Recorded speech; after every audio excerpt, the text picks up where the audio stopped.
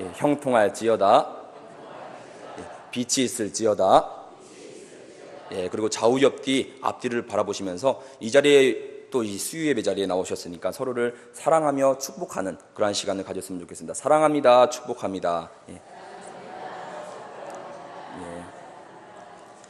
예, 오늘 이 예배 시간에 우리의 삶 가운데 우리가 사랑이 넘치며 평안이 넘치며 또한 형통함과 빛이 있는 우리 남북의 모든 성도님 되시기를 간절히 바랍니다. 예. 오늘 이 시간에는 이 승리하는 삶을 살려면이라는 제목으로 같이 이 제목을 가지고 말씀을 나눌 때 은혜의 시간이 되시기를 소망합니다. 먼저 우리가 지난주에는 우리가 이스라엘의 끝이라는 제목으로 같이 말씀을 들었습니다. 먼저 우리가 1절에서 3절을 보시면은 그 보는 내용은 환상을 보는 내용이었습니다. 또한 4절에서 6절은 바로 이스라엘 죄에 관해서 말씀을 드렸고, 또한 7절에서 14절까지는 이스라엘 심판에 관해서 그렇게 말씀을 살펴보았습니다. 그래서 이스라엘의 이 끝이 임하면서 첫 번째로는 바로 가난한 자들을 핍박하며, 또한 두 번째로는 형식적인 예배를 드렸다는 것입니다. 그리고 세 번째로는 바로 절대로 잊지 아니한다, 즉 그 심판이 임한다라는 말씀이었습니다. 그래서 우리가 이 세 번째를 통해서 또한 우리가 먼저 하나님의 말씀을 우리가 더 가까이 해야 한다라고, 더 많이 들으며 나에게 여러 문제가 놓여 있을 때 우리가 간절히 하나님 앞에 나와서 우리는 예배를 정성껏 잘 드려야 된다, 그렇게 말씀을 우리는 들었습니다. 그리고 오늘 본문 이 9장에서는 이 아모스가 마지막으로 본 환상입니다. 그동안의 환상은 황충이 혹은 불, 다림줄, 또 여름 실가의 환상을 통하여서 이스라엘의 심판을 예언했습니다. 그러나 이제는 마지막 환상은 이 상징적으로 표현한 환상이 아니라 주님께서 친히 이렇게 말씀하십니다. 1절에 보시면 내가 보니 주께서 제단 곁에 서서 이르시되, 그러면서 이 형벌을 말씀하고 있습니다. 형벌을 말씀하고 있는 것입니다. 그래서 기둥 머리를 쳐서 문지방에 움직이게 하며 무리의 머리에 떨어지게 하라. 그리고 남은 자를 바로 칼로 죽이겠다, 이렇게 말씀하고 있습니다. 그 중에서는 바로 한 사람도 도망치지 못하며 한 사람도 피하지 못한다고 말씀하고 있는 것입니다. 이 죽음이 얼마나 철저한지, 한 사람도 집이 무너지거나 할 때 한 몇 사람은 어떻게 빠져나올 수도 있을 것 같은데, 그런데도 이 한 사람도 피하지 못한다고 그렇게 말씀하고 있는 내용입니다. 가령 우리가 예를 들어서 깊은 곳으로 가면 어떻게 되겠습니까? 가령 우리가 스올 같은 곳, 바로 음부, 2절 내용을 보시면은 그들이 파고 스올로 들어갈지라도 내 손이 거기서 붙잡아 낼 것이요 하늘로 올라갈지라도 내가 거기서 붙잡아 내릴 것이다, 이렇게 말씀하고 있습니다. 이것은 바로 철장, 어디를 가더라도 하나님께서 그 사람을 끝까지 찾아내서 멸하겠다, 이렇게 말씀하는 것입니다. 어디를 가더라도 하나님은 그 사람을 붙잡아 내겠다, 이 말씀은 바로 철저한 멸망을 말씀하고 있는 내용입니다. 사람들은 어떻게 보면 죽으면 그만이다, 이렇게 생각을 합니다. 그러나 죽어도 찾아내어서 그를 심판하신다라는 것입니다. 하늘로 올라갈지라도 거기서 내가 취하여 내겠다고 합니다. 스올과 우리가 대조되는 것이죠. 스올로 내려가는 것이라면 하늘은 우리가 올라가는 것입니다. 근데 이렇게 인간이 스스로 어떤 높은 곳에 있다고 하더라도, 스올의 아래에 내려가 있다고 하더라도 하나님의 심판은 우리가 피할 수 없는 것입니다. 그래서 이어서 우리가 3절 말씀을 보시면 갈멜살 꼭대기에 숨을지라도, 여기서 갈멜살은 팔레스타인의 이 중부 지중해에 위치한 그런 해발 546m의 그런 산입니다. 그리 높은 산은 아니지만 그곳은 울창한 산림을 이루고 있으며, 또한 무려 2000여 개의 동굴이 그렇게 산지에 있는 곳입니다. 그래서 많은 사람들의 도피처로 이용되었습니다. 근데 거기에 내가 숨어 2000개 이상의 동굴에 그렇게 숨어 있으면 이 울창한 산림 속에서 하나님께서 모르실 것 같지만 하나님께서는 내가 거기서도 찾아내리라, 이렇게 말씀을 하고 있습니다. 그리고 3절에 말하기를 내 눈을 피하여 바다 밑에 숨을지라도 내가 거기서 뱀을 명령하여 물게 할 것이라고 말씀합니다. 즉 우리가 물뱀을 말씀하고 있는 것이겠죠. 그러니까 이렇게 하나님께서 한번 벌하신다면 도망갈 방법이 없다는 것을 철저하게 말씀하고 있는 내용입니다. 산 위에 우리가 숨는다고 할지라도, 눈을 피하여 바다 밑에 우리가 숨을지라도 우리가 하나님 앞에서는 그 어떤 곳이든 피할 수 없다는 것입니다. 절대로 도망갈 수가 없습니다. 그런데 또 생각하기를 차라리 내가 포로로 잡혀간다면 혹시 내가 안전하지 않을까? 이렇게 생각을 하는 것입니다. 그래서 4절을 보시면 바로 그 원수 앞에 사로잡혀 갈지라도 결국에는 어떻게 나왔습니까? 그 원수가 사로잡혀 갈지라도 내가 거기서 칼을 명령하여 죽이게 한다는 말씀입니다. 그리고 말씀하시기를 내가 그들에게 주목한다는 것은 바로 항상 그들을 주시하며 그들에게 화를 내리고 또한 복을 내리지 아니하리라 하시니라, 이렇게 말씀을 하시는 겁니다. 이렇게 하나님께서는 철저하게 이들에게 형벌을 말씀합니다. 그러면 그 당시에 있던 사람들이 과연 하나님께서는 이만한 능력이 있으셨는가? 혹은 내가 이렇게 모든 것을 다 찾아내어서 벌하시는 분이신가? 그것이 정말 현실적으로 가능한 일인가? 이것에 관해서 성경은 어떻게 말합니까? 바로 그렇다라고 합니다. 가능하다. 바로 6절에서 7절을 보시면은 하나님께서 이러한 모든 것을 할 수 있는 바로 전지전능한 하나님이심을 우리는 믿으시기를 바랍니다. 주 만군의 여호와이심을 우리는 잊어서는 안 됩니다. 그래서 먼저 우리가 5절을 보시면 주 만군의 여호와는 땅을 만져 녹게 하사 거기 거주하는 자를 애통하게 하시며 그 온 땅의 강이 넘치같이 솟아오르며, 여기서 땅의 강이 넘침같이 솟아오른다고 말씀합니다. 그리고 애굽의 강같이 낮아지게 하시는 것이다. 범람하여 평온을 덮는 것 같이, 이런 것을 말씀하고 있는 것입니다. 이러한 모든 것이 바로 만군의 여호와이신 하나님께서만 하실 수 있는 것입니다. 이어서 6절을 보시면 그의 궁전을 하늘에 세우시며 그의 궁창을 기초로 땅에 두시며 바닷물을 불러 지면에 쏟으시는 이는 그 이름은 여호와시니라. 하늘과 땅, 이 모든 것을 하나님께서 원하신 대로 할 수 있으시다는 말씀을 하고 있는 내용입니다.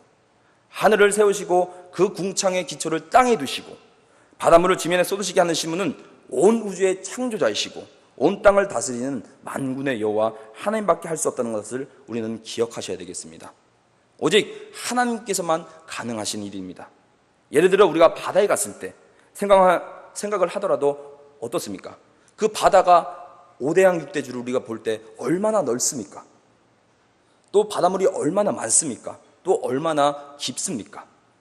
이 엄청나게 많은 바닷물 가운데 속에서 이 넘치게 된다면 얼마나 더 많이 넘칠 수도 있겠습니까? 그런데 그대로 고유하게, 어떻게 보면 어느 한정선, 그렇게 정한 것이죠.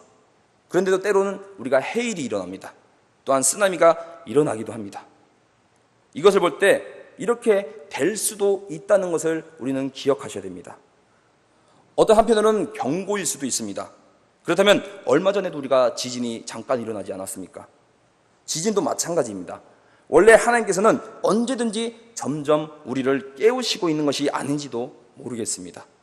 말세가 되면 될수록 점점 우리를 깨우치기 위해서 천천히 지진이 일어난 것이라고 볼 수도 있습니다. 점점 이렇게 재앙이 오는 것을 보면서 우리가 생각해야 될 것은 어떻게 보면 이 끝부분이 왔구나, 이렇게 볼 수도 있습니다. 우리가 지구 전체적으로 우리가 살펴보았을 때, 이 여러 현상들을 둘러보았을 때 어떻게 보면 지금 끝에 와 있구나. 세월이 흐르면 흐를수록 이상기온 현상 또한 많이 달라지고 있습니다. 계속해서 더워지고 있습니다. 예전에는 더워서 죽는 사람이 없는데 요새는 간간히 들려옵니다. 그렇게 우리가 세월이 흐를수록 이렇게 이상기온 현상으로 죽어가는 모습을 살펴보았을 때 더위에 버티지 못해 죽어가는 사람들, 이러한 이상기온 현상이 오늘의 이 현 시대를 말씀해주고 있는 것입니다. 지진이 생전 일어나지 않았던 곳에 지진이 일어납니다. 이런 기온 현상이 이렇게 변하는 시점에서 우리에게 말씀하시는 것은 다른 것이 아니라 이런 것을 통해서 우리는 그 날을 다시 한번 생각해 보아야 한다는 겁니다. 전지전능한 이 하나님께서 이 하늘과 땅 모든 땅을 다스리시는 분이십니다. 6절 말씀을 다시 한번 보시면 그 궁창의 기초를 땅에 두시며 바닷물을 불러 지면에 쏟으시는 이는 그 이름은 여호와시니라. 바로 여호와 하나님께서는 이러한 일들은 어려운 것이 아니라는 것입니다. 하나님께서는 얼마든지 벌하신다면, 이에 아예 작정하고 벌하신다고 한다면 벌을 내릴 수 있는 분이십니다. 지금까지 그냥 어떻게 보면 지켜보셨지 이제는 벌하시겠다 이야기를 하고 계시는 겁니다. 우리가 이렇게 아모스를 1장부터 지금까지 살펴보았을 때 이 아모스를 보고 있자면 어떻게 보면 심각한 예언서입니다. 이스라엘의 죄에 대해서 가차없이 공격하고 있습니다. 그런데 혹시 이렇게 생각할 수도 있습니다. 하나님은 능력이 있고 하나님은 또한 위대한 분이심을 우리는 압니다. 그런데 우리는 선택민족이라고 말합니다. 이렇게 선택민족인데 우리는 어떻게 되겠습니까? 이것에 관한 내용이 바로 7절에서 10절의 내용입니다. 이것은 결국 선택민족이라고 해서 그것이 너에게 방패가 될 수가 없다, 이렇게 말씀합니다. 먼저 우리가 7절을 보시면 여호와의 말씀이니라 이스라엘 자손들아 너희는 내게 구스 족속 같지 아니하냐. 여기는 구스 족속은 바로 이디오피아를 말하고 있는데 구스 족속 같지 아니하냐, 즉 이것은 별로 대단하지 않다는 것입니다. 이집트면 모를까 구스 족속은 이디오피아인데 아무것도 아니라는 것입니다. 이렇게 돌아봤을 때 이스라엘은 우리가 어떻습니까? 이스라엘이 그렇게 크고 대단한 민족이었습니까? 역사상으로 우리가 훑어보았을 때도 이스라엘은 그렇게 대단한 나라는 아니었습니다. 조그만 나라이면서도 여기서도 치이고 저기서도 치이는 그러한 나라가 바로 이스라엘이었습니다. 그리고 7절에 이스라엘 애굽 땅에서, 즉 이것은 혹시 너희들이 애굽 땅에서 구원을 받았다? 혹시 이런 것을 이야기하겠느냐? 내가 이것에 관해서 애굽 땅에서 이어서 보면은 블레셋 사람은 갑돌이라고 나와 있습니다. 갑돌. 여기서 갑돌에 대해서는 자세히 설명하고 있지는 않습니다. 그러나 블레셋도 한때 이 노예로 갑돌 사람에게 붙잡힌 적이 있다는 것입니다. 거기서도 그들은 구원을 받았고 또 이어서 아란 사람이 기르에서 올라오게 하지 아니하였느냐. 여기서 기르에서 사로잡힌 적도 있었다는 것입니다. 그런데도 그 가운데 속에서 구원받았다는 것입니다. 구원으로 말하자면 너희들이 애굽에서 나온 것은 어떻게 보면 우리가 대단히 역사적인 사건입니다. 그 이야기는 맞습니다. 그런데 너희만 이렇게 된 것이 아니라 다른 나라도 이렇게 구원받았다는 이야기를 하는 것입니다. 이걸로 따지자면 너희들은 선택민족이니까 우리는 좀 괜찮지 않겠는가? 그런데 이렇게 생각한 것은 우리가 철저히 어리석은 생각이란 겁니다. 8절에 있는 것처럼 범죄한 것과 범죄하지 않은 것에 철저히 기준이 다르다는 것입니다. 8절을 보시면 우리가 보라 주 여호와의 눈이 범죄한 나라를 주목하노니 내가 그것을 지면에서 멸하리라. 그러나 야곱의 집은 온전히 멸하지 아니하리라. 여호와의 말씀이니라. 여기서 곧 범죄한 나라는 지면에서 멸한다고 말씀합니다. 그러나 야곱의 집은 온전히 멸하시지 아니하신다 말씀합니다. 그런데 우리가 이 말씀을 우리가 상대적으로 우리가 살펴보았을 때 우리가 온전히 멸하지 않겠다, 이 말은 결국에는 멸하겠다는 말씀입니다. 철저히 심판한다는 말씀인 겁니다. 그래서 우리가 9절을 살펴보시면 보라 내가 명령하여 이스라엘 족속을 만국 중에서 체질하기로 채로 체질함 같이 하려니와 그 한 알갱이도 땅에 떨어지지 아니하리라. 여기서 한 알갱이도 땅에 떨어지지 않게 바로 체질하겠다고 말씀하시는 겁니다. 이만큼 확실하게 철저하게 심판하신다는 말씀입니다. 이스라엘이라고 해서 봐주지 않겠다, 이 말씀입니다. 이렇게 하나님께서는 분명하게 능력이 있다는 것도 보여주고 있으며 또 철저하게 아무리 선택민족이라고 할지라도 범죄한 자들을 벌어주시겠다, 이렇게 말씀을 하고 있는데도 불구하고 딴청을 하고 있다는 것이죠. 10절 말씀을 보시면 내 백성 중에서 말하기를 화가 우리에게 미치지 아니하며 이르지 아니하리라 하는 모든 죄인은 결국에는 칼에 죽으리라, 이렇게 말씀합니다. 어떤 사람이 이런 이야기를 하고 있는 것입니다. 우리는 하나님께서 멸하시겠다고 이야기를 하는데 우리에게 미치지 않는다고 이렇게 이야기를 하고 있는 것이죠. 그래서 미치지도 아니하고 이르지도 아니한다, 이렇게 말하고 있는 것입니다. 그러나 이렇게 말하는 모든 죄인은 결국에 마지막 10절의 말씀에 칼에 죽는다라고 말씀합니다. 이렇게 1절에서 10절까지 말씀을 살펴보시면 아모스가 외친 것처럼 죄악에 따른 형벌을 이야기하고 있는 것입니다. 이렇게 하는 목적은 어떻게 해서든 이렇게 해야지 돌아오기 때문입니다. 분명히 죄악에 대해 형벌을 말씀하고 있습니다. 이 시간에 우리가 한번 다시 돌이켜서 생각해 보아야 할 것은 하나님은 우리의 죄악을 그냥 넘기시는 분이 절대로 아니시라는 것입니다. 죄악에 대해서는 분명히 심판하시는 분이심을 우리는 기억하셔야 되겠습니다. 적당히 그렇게 보고 넘어가는 그런 분이 절대로 아니라는 것입니다. 그러나 사람들은 적당히 넘어가는 모습을 우리는 살펴볼 수 있습니다. 우리가 학교에서나 혹은 저도 중고등학교를 이렇게 다닐 때 보면은 학교에서 보면은 선생님들이 잘못했으면 지각했으면 때립니다. 근데 지각도 한두 번이지 계속해서 하다 보면은 결국에는 어떻게 보면 에이 하면서 또 선생님들이 그냥 넘어가는 경우, 이런 것을 살펴볼 때도 우리는 어느 정도 되면은 그대로 그냥 넘어가는 그러한 모습들을 우리는 살펴볼 수가 있다는 것입니다. 이렇게 사람은 어느 정도 하고 넘어갈 수도 있습니다. 그러나 전지전능하신 이 하나님께서는 절대로 적당히가 없다는 것입니다. 대충 이렇게 넘어가시는 분이 절대 아니라는 겁니다. 확실한 분이시며 절대로 봐주시는 거 없습니다. 심판주는 우리의 절대자이십니다. 아까 앞절에 보았던 것처럼 숨을 곳이 없지 않습니까? 스골에 가도, 내가 음부에 가도, 내가 바다를 가도, 산에 가도, 내가 동굴에 간다고 할지라도 숨을 수도 피할 수도 없다는 말씀입니다. 이분께 우리가 죄를 짓는다면 결국엔 끝이라는 사실입니다. 그런데 이렇게 오늘날 사람들이 이렇게 담대히 죄를 이유는 무엇인 줄 아십니까? 죄를 우리가 지으면 끝인 걸 알면서도 하나님 앞에서 죄를 짓는다고 하면 끝인데 왜 이렇게 우리는 죄를 짓는 것입니까? 그것은 바로 하나님은 나를 안 본다고 그렇게 생각을 갖고 있기 때문에 그러다는 것입니다. 하나님이 내 생활의 24시간을 다 보고 있지 않다, 어떻게 보면 그렇게 생각할 수도 있다는 것이죠.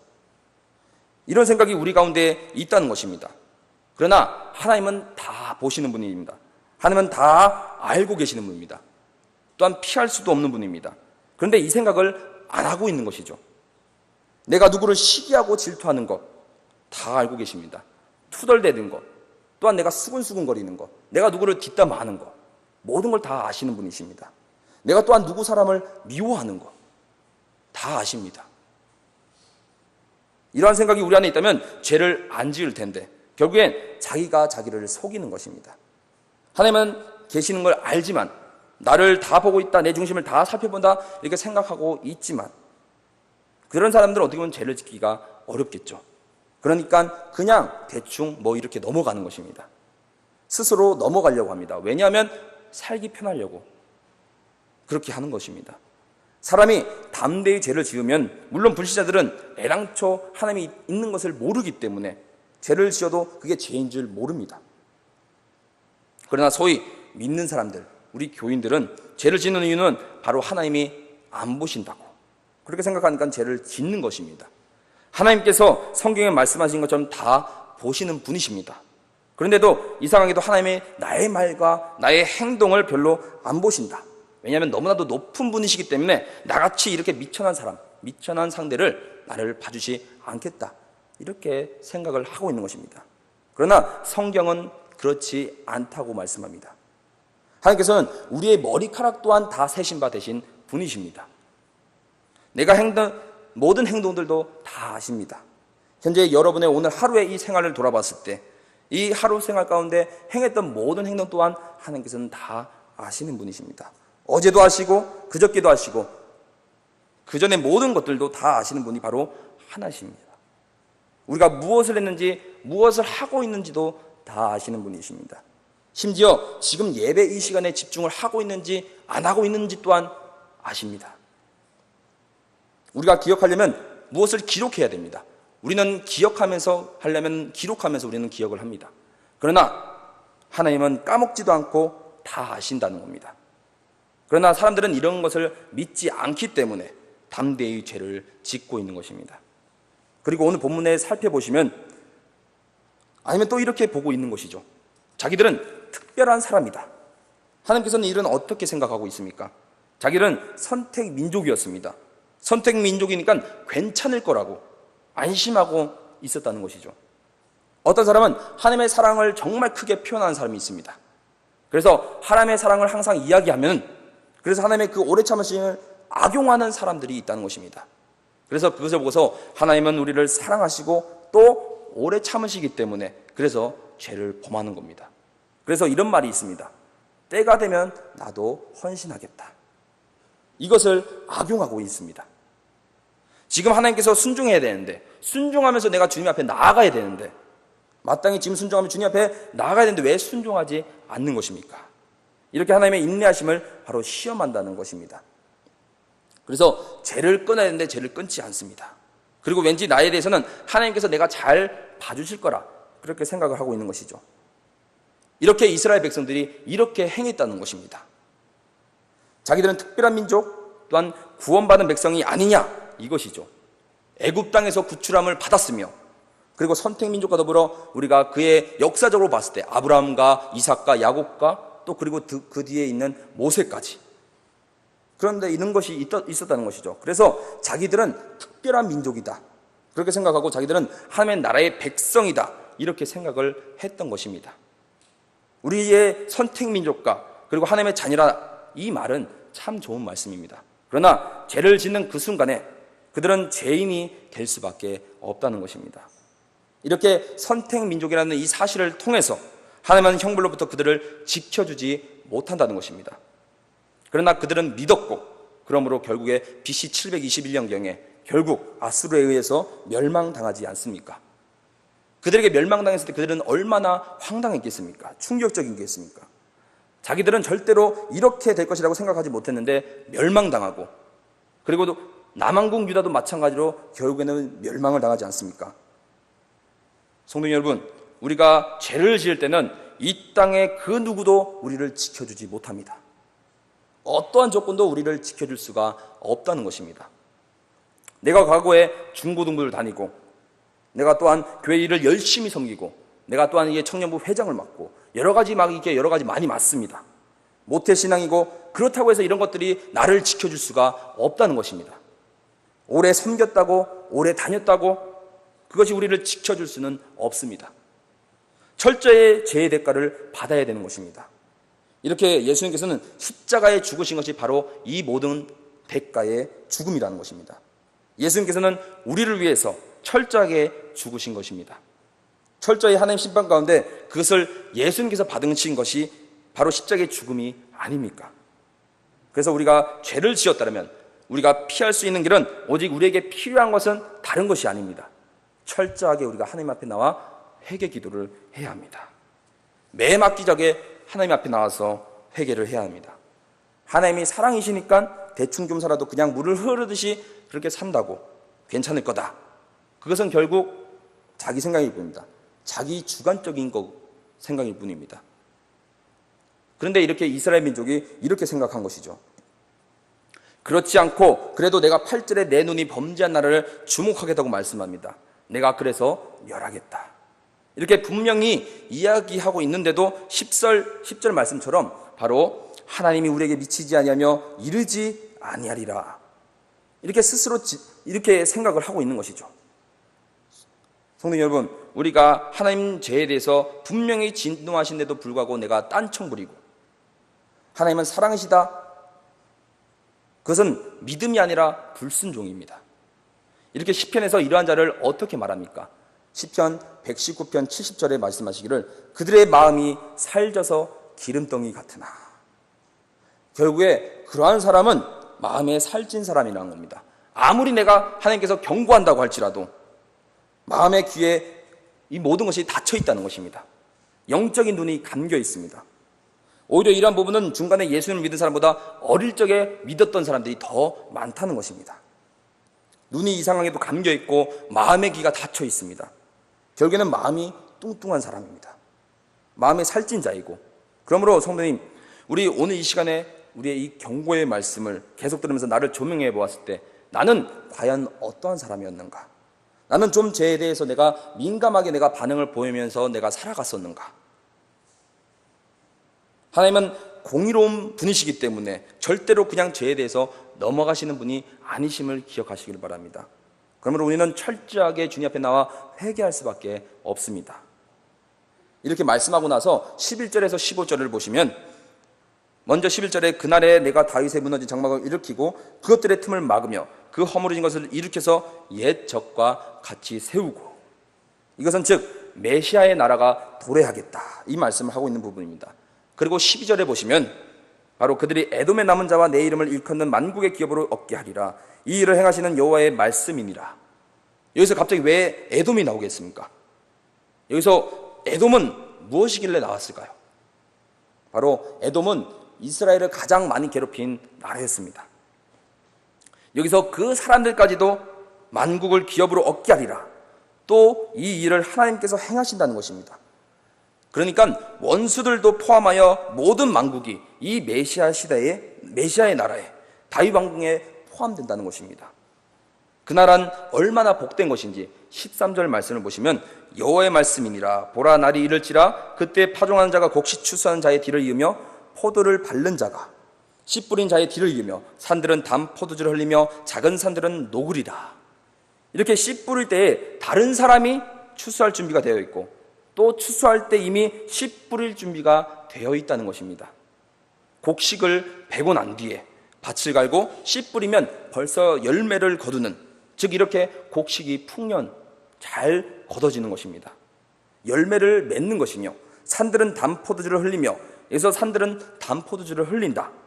즉 그 뒤에 작은 산들도 녹으리라. 즉 이 모든 말은 흘러나온다는 뜻입니다. 이렇게 녹아내린 것 같은 그 많은 축복들이 그 가운데 속에 임한다는 사실입니다. 그리고 14절에 보시면 내가 내 백성이 이스라엘 사로잡힌 것을 돌이키리니 그들은 황폐한 성읍을 건축하여 거주하며 포도원을 가꾸고 그 포도주를 마시며 과원들을 만들고 그 열매를 먹으리라.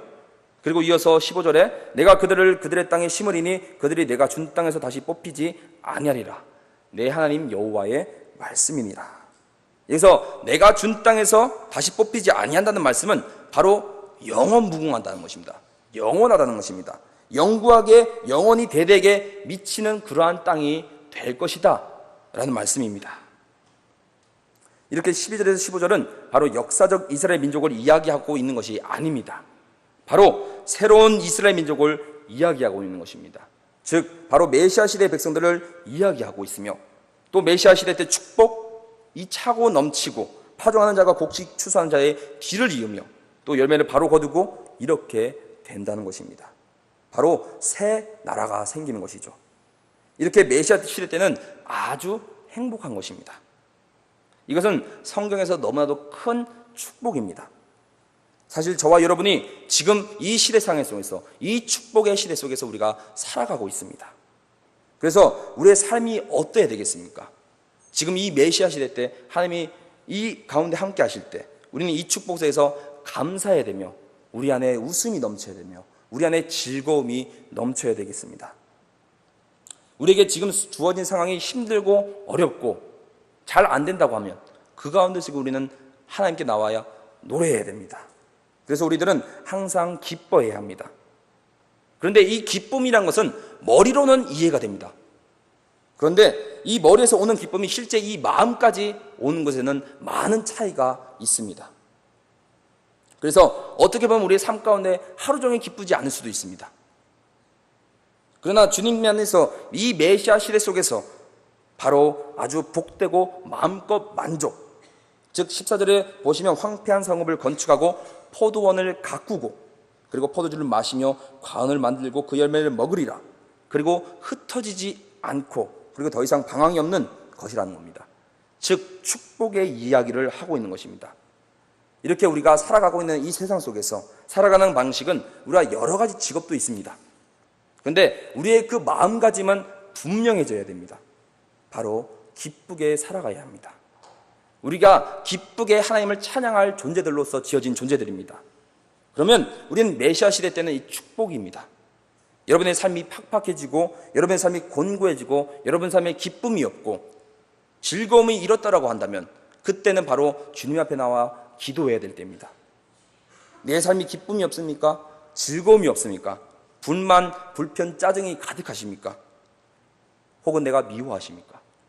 그때가 우리가 주님의 전에 나와서 기도해야 될 때일 줄 믿습니다. 내 삶을 다시 주님 앞에 회복하시기를 바랍니다. 우리는 항상 이 기쁨의 상태로 살아가야 합니다. 예를 들면 우리의 몸이 여러 가지 질병으로 인해서 혹시 감기 혹은 몸살이 걸릴 때 어때야 됩니까? 빨리 다시 건강한 상태로 돌아와야 되지 않습니까? 빨리 건강한 상태로 돌아와야지 나에게 주어진 그 맡은 일을 감당할 수 있지 않겠습니까? 이처럼 우리는 항상 기쁨과 즐거움에 우리의 신앙을 맞추어서 나아가야 합니다. 오늘 이 수요 예배 자리에 오시면서 지난 3일 동안 여러분의 삶은 어떠셨습니까? 많이 즐겁고 웃으셨습니까? 혹은 기쁘셨습니까? 많이 행복하셨습니까? 혹은 평안하셨습니까? 이렇게 사셔야 됩니다. 또한 이렇게 사시기를 소망합니다. 이렇게 살 수 있도록 우리는 오늘도 이 기도의 자리에 나와 주님 앞에 기도해야 됩니다. 기도에 힘을 얻어서 오늘 하루도 또 기쁘게 살아가시기를 바랍니다. 우리는 이 메시아 시대에 살아가는 백성으로서 주님 안에서 우울한 마음이 있다라고 한다면, 걱정 근심이 있으면 안 됩니다. 이 메시아 시대에 살아가는 백성으로서 우울한 마음이 있으면 안 된다는 것입니다. 그분은 우리에게 선한 목자이시기에, 우리를 이끌어 가시는 목자이시기에 우리는 그분을 보았을 때 우리에게 근심과 걱정은 없어져야 됩니다. 이렇게 우리가 11절에서 15절을 볼 때 우리의 마음에 기쁨이 넘치실 줄 믿습니다. 이렇게 우리가 아모스 9장을 살펴보면서 우리가 이 말씀을 통해서 우리 삶을 돌아보시길 바랍니다. 여러분의 우리 자신의 삶을 들여다보았을 때 이것이 하나님의 이러한 속성들, 이제 참고 참다가 잘못되었을 때 확실히 벌하시는 이러한 모습들, 이러한 모습을 보면서 우리는 좀 배워야 됩니다. 우리를 좀 돌아보아야 합니다. 혹시 우리 안에 이 죄가 넘친다면, 죄된 생활을 하면서도 하나님께서 계속 나에게 기회를 주겠다, 기회를 주시겠지 이렇게 생각한다면 그 삶은 어리석은 삶인 것입니다. 물론 부족하고 한심한 저희들, 정말 나약한 저희들을 사랑하시는 것은 분명한 사실입니다. 연약하고 힘들고 부족한 나를 사랑하시는 것은 분명한 사실이지만 이 말이 하나님은 나를 사용하신다는 것과 같을 수는 없다는 것입니다. 같은 말이 아니라 다른 말이라는 겁니다. 사랑한다는 것과 사용한다는 것, 분명한 차이가 있습니다. 사랑을 하시나 죄가 잔뜩 묻어있는 나를 사용하시지는 않는다는 것입니다. 깨끗하게 되기 전까지는 사용하시지 않습니다. 하나님께서는 우리를 구원시켜 주셨습니다. 열매까지도, 근데 그것을 하나님께서 책임지시지는 않는다는 것입니다. 구원은 시키시지만 그 열매는 우리가 각자 맺어가는 것입니다. 하나님께서는 우리를 다 불러주셔서 구원시키는 것은 맞습니다. 근데 이제부터 그 사람의 열매는 따로 가는 것입니다. 그러므로 내가 깨끗하지 않는다면 하나님은 나를 사용하시지 않습니다. 그러므로 우리는 깨끗한 그릇이 되어야 됩니다. 내가 살면서 끝까지 고집을 피운다면, 고의적으로 순종하지 아니하고 내가 하고 싶은 대로 하고 때가 되면 나도 헌신해야지 이렇게 말하면서 계속 세워라 내어라 이렇게 흘러간다면 결국은 사실은 자기는 헌신 안 한 것이라고 생각할지도 모르겠습니다. 그러나 하나님께서는 그 또한 사용을 안 하신 것입니다. 여기서 우리가 다시 한번 기억해야 될 것은 우리 하나님께서는 우리를 사랑한다는 것에 조금도 의심이 없어야 됩니다. 그러므로 우리가 각자 열심히 사용될 수 있도록 준비되어져야 합니다.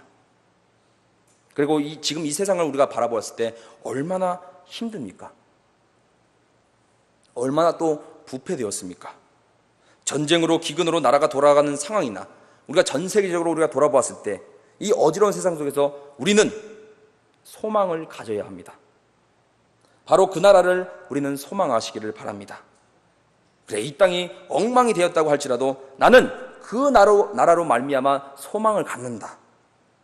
우리 마음 가운데 이러한 소망이 넘치시기를 바랍니다. 그 나라에 대한 소망을 내가 가져야 되며 우리가 그때까지, 그날이 올 때까지 우리가 믿음 안에서 잘 살아가야 됩니다. 우리만큼은 잘 살아가야 한다는 것입니다. 아모스 시대 때나 지금의 시대 때나 별반 차이가 없습니다. 죄악의 깊이는 마찬가지입니다. 깊이가 각 도처에 물들어 있습니다. 그러한 가운데 우리가 살아가면서 우리에게 중요한 싸움은 바로 물들지 않는 것입니다. 그들에게 물들지 않고 세상 사람들과 우리는 똑같이 사는 것이 아니라 오직 우리는 주님 안에서만 살아가야 합니다. 그런데도 믿는 그리스도인이라고 하면서 놀 때 보면은 불신자들보다도 더 잘 놉니다. 더 세속적입니다. 더 돈을 좋아하고 더 많은 것을 좋아합니다. 그러므로 우리가 이 세상 속에서 새 하늘과 새 땅을 바라보지만 이 세상에서 우리가 사는 만큼은 우리는 바로 그들에게 물들지 않고 잘 살아가야 합니다. 그러므로 우리는 기도의 생활을 통하여 힘을 얻으십시오. 그러므로 우리는 승리하는 삶을 살아가야 됩니다. 그래서 우리 남북의 모든 성도님들 가운데 이 세상 속에서 우리들은 승리하는 삶을 살아가시기를 바랍니다. 그렇다면 이 승리하는 자가 되려면 오늘 말씀에 바로 힌트가 있습니다. 아니, 이 아모스 전체에 힌트가 있습니다. 바로 우리가 어떻게 승리하는 삶을 살려면 바로 우리가 아모스처럼, 이것이 진짜 승리입니다. 우리에게 주어진 이 한 번 주어진 인생, 어떤 사람은 자기 문제만 가지고 밤낮으로 씨름합니다. 고등학교 가면 대학교 문제, 대학교 가면은 결국엔 군대 문제, 군대 이후에는 또 술 문제, 직업 문제, 취업 문제, 혹은 금전적인 여러 가지 문제들, 또 결혼 문제, 결혼 다음에는 뭐 자식 문제, 뭐 등등 여러 가지 이러한 문제들을 안고 살아가실 겁니다. 아마 다 공통적으로 가지고 있으실 겁니다. 이러한 자기 문제 때문에 한평생을 쓰는 사람이 있는 반면에 어떤 사람은 이러한 문제들 가운데 물들지 않고 나름대로 자기는 열심히 신앙생활을 하는 그러한 사람들도 있을 줄 압니다.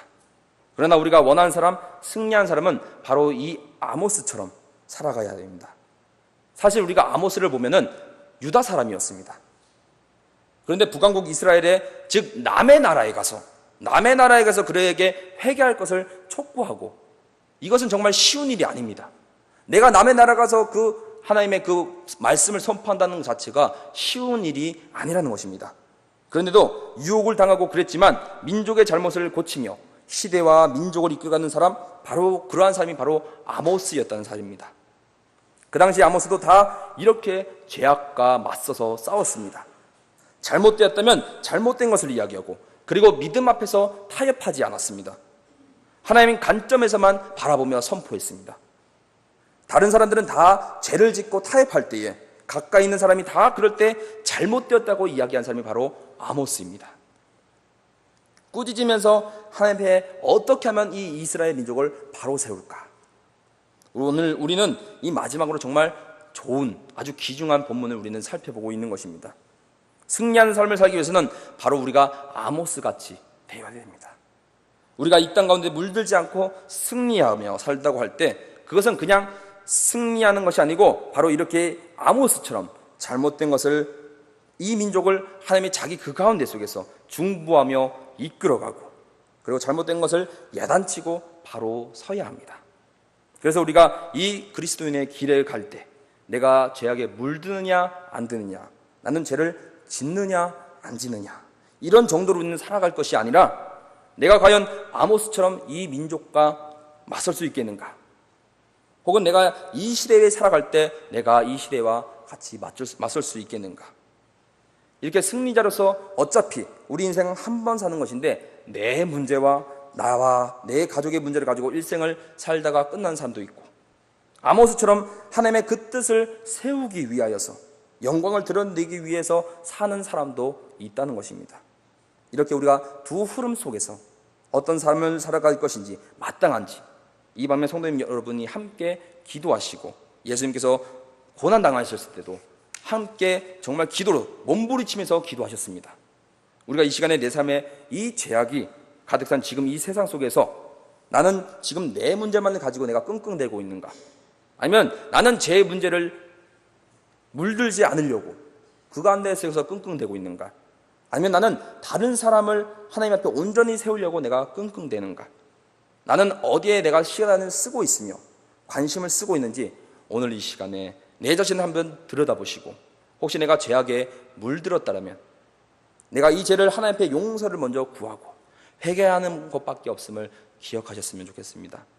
그렇게 오늘 이 시간에 하나님 앞에 잠잠히 기도의 자리에 나와 주님 앞에 기도하시는 남북의 모든 성도들 되시기를 간절히 소망합니다. 찬송가 우리 585장